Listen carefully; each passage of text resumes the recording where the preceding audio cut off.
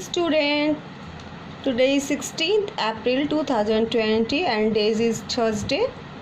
आज मैं आपको लेसन 2 क्लास 6 के लिए वर्ण विचार जो कि हिंदी व्याकरण में आता है उसे बताऊंगी। सबसे पहले बच्चों हमें वर्ण किसे कहते हैं इसके बारे में जानकारी देना चाहूँगी। वर्ण भाषा में प्रयुक्त होने वाली वह ध्वनि तथा ध्वनि चिन्ह जिसके और टुकड़े नहीं किए जा सकते वर्ण कहलाते हैं, जैसे क ख ग घ आदि। वर्णों के सार्थक समूह को वर्णमाला कहते हैं। हिंदी भाषा में 2 वर्ण होते हैं, स्वर और व्यंजन। स्वर जिन वर्णों का उच्चारण स्वतंत्र रूप से होता है वे स्वर कहलाते हैं। इनकी संख्याएं 11 होते हैं।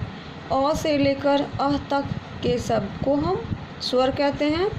व्यंजन जिन वर्णों का उच्चारण स्वतंत्र रूप से नहीं होता है तथा जिनके उच्चारण में स्वरों की सहायता ली जाती है उन्हें व्यंजन कहते हैं। इनकी संख्याएं 33 होती है।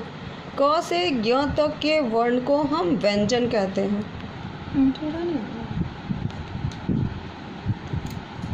अब बच्चों मैं आपको शब्द विचार जो कि व्याकरण का दूसरा रूप है उसके बारे में बताऊंगी। वर्णों का सार्थक और स्वतंत्र समूह शब्द कहलाता है। शब्द वर्णों का ऐसा समूह होता है जिसका कोई अर्थ होता है, उसे सार्थक समूह कहते हैं। जैसे ताजमहल और पुस्तक। शब्दों का ऐसा समूह जिसका कोई अर्थ नहीं होता है,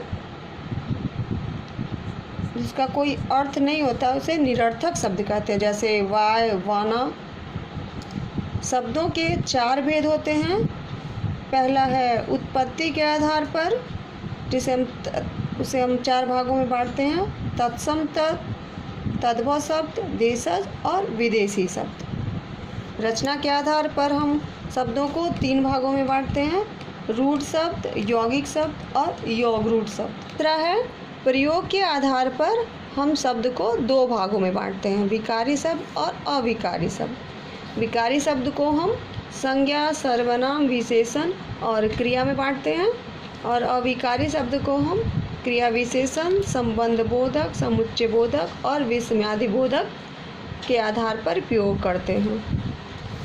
चौथा और आखिरी है अर्थ के आधार पर एकार्थी शब्द, अनेकार्थी शब्द, पर्यायवाची शब्द और विलोम शब्द। इस तरह हमने शब्द को 4 भागों में 4 आधार पर